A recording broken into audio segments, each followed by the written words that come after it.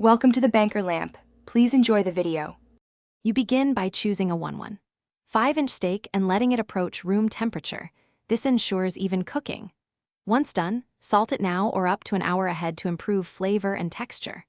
Meanwhile, cut potatoes into fries and soak in cold water for 20-30 minutes to remove starch.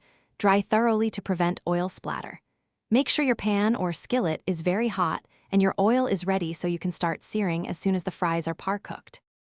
Now focus on execution.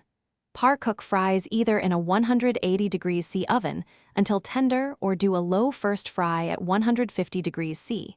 This creates a soft interior.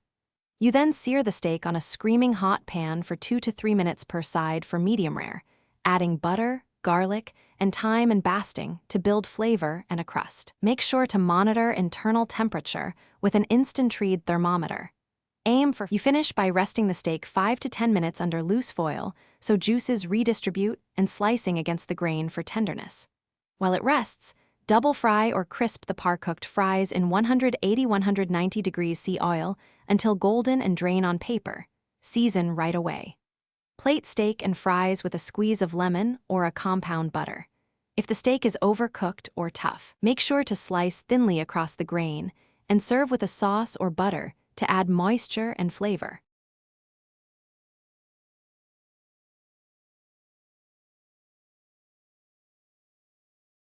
Thanks for watching. If this was helpful, leave a like and consider subscribing. See you next time.